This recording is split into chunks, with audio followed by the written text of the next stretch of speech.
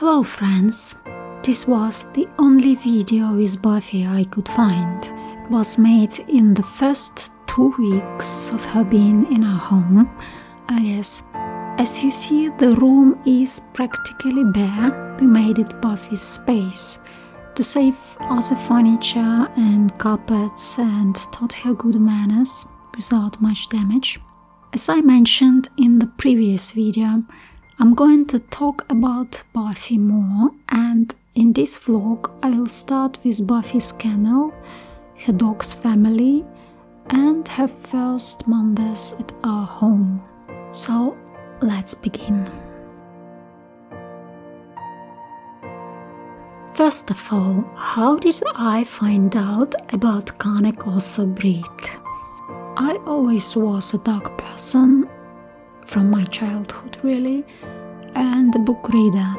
So one day I was skipping some lectures at the university in the bookshop and came across this book.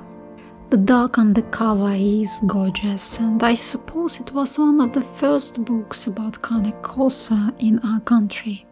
So this book helped me realize that Cane Corso is not only a beautiful dog, but also intelligent, with a unique temperament and impressive history. I wanted to know more and started my research. I guess I visited some local dog shows to see Cane Corso in life, in all their glory, as they said. It was still a rare breed in the world, not to say in Ukraine, but we had quite a few kennels. We were lucky that our kennel had a website with all the dogs presented and information about puppies too. It was named Corso Castle. As far as I know, it doesn't exist anymore, at least I couldn't find them. Before I describe our first visit to this kennel, let me introduce you to Buffy's parents first, her dog's family. This is Bagheera, o cane per la vita Viscontessa, and here is Buffy's father, officially Marcus della Porta di Pinta. It so happened that Marcus was from the Italian kennel mentioned in the book I was talking about earlier, the very one that gave us courage to acquire Cane Corso. Marcus has also a sister Mariah, who won the Young World Champion title at the 2001 World Dog Show in Portugal. I didn't know it at the time though. Not all dogs from Buffy's pedigree have photos, but here is her maternal grandfather Uri. Very beautiful dog also, with bear-like head. It is rare to see such heads these days, unfortunately. But let's get back to our first visit to the kennel Corso Castle.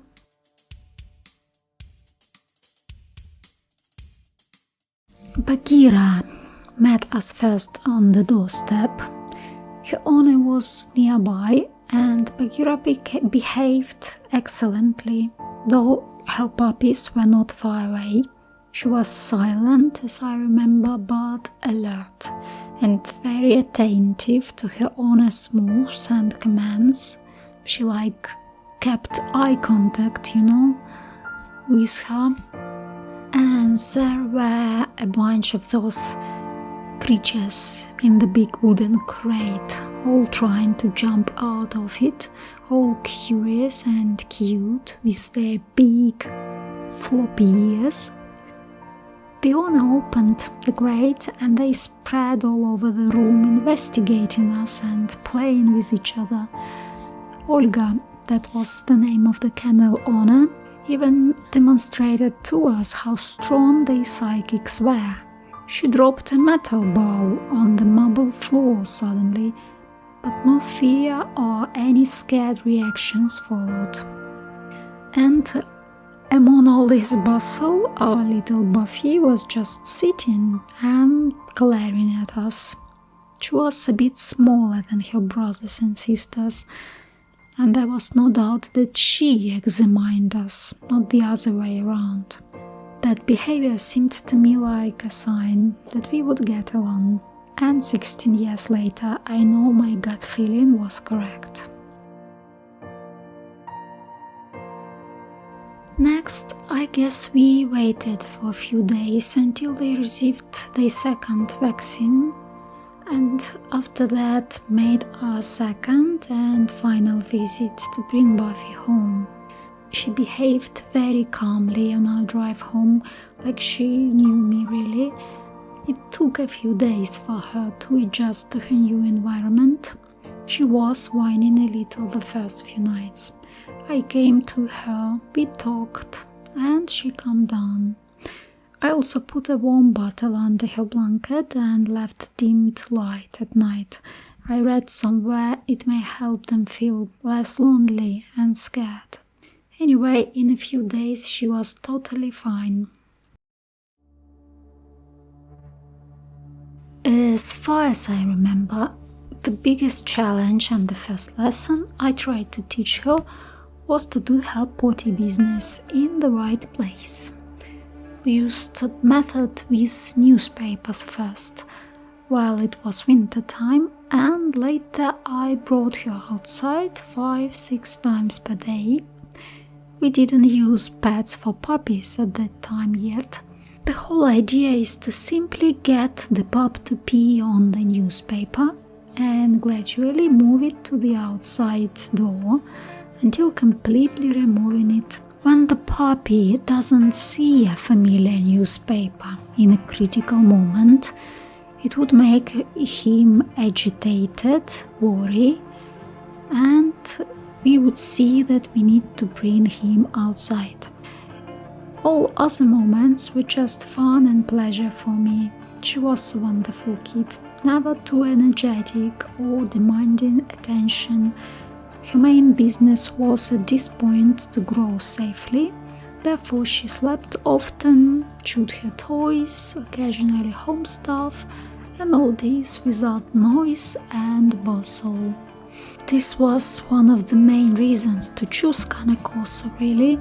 They are not volatile dogs, and that was evident even then at her very young age.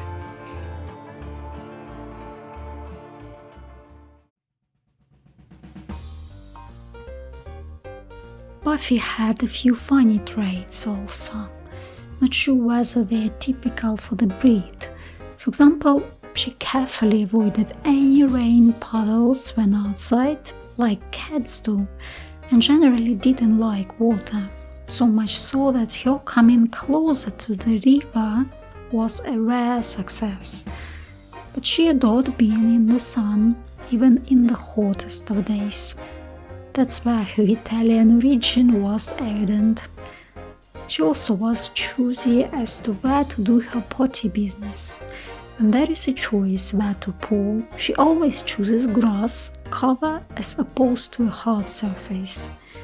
I will be revealing her character furthermore during the next videos, so stay tuned. Same as human kids, puppies may have health problems. For Buffy, our main task was to nourish her enough, but not make her overfed. It's bad for the joints. I guess we did it okay, though I wouldn't use kibble if I were growing a puppy today. First months, we did what the kennel owner advised us to do. We fed her Royal Canin for big puppies, and we gave her some supplements for joints. One of the first issues we had to deal with was cherry eyes. You can see it in the photo. Our vet suggested some treatment first, but it didn't help much.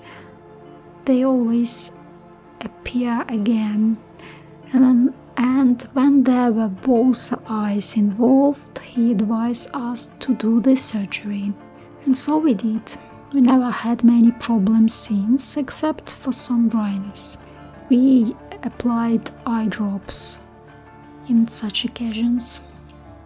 And of course we cropped Buffy's ears. it was a standard at the time. But to be honest, even now I think Cane Corso loses a lot of his true nature and beauty with uncropped ears. Besides, for a breed who has wild boar hunting in her history, it is a very minor trauma, because our veterinarian was skilled and experienced in his field, so all was done neatly and under anesthesia. The biggest discomfort for her was to wear that protective plastic collar. That was all the challenges we met during Buffy's first 3 to 4 months with us. I guess it's time to finish my memories for now, but now it's your turn, guys. Write in the comments below what was your challenges and first impressions with your Cane Corso puppy. Thank you for watching. Happy days to you and your Cane Corso.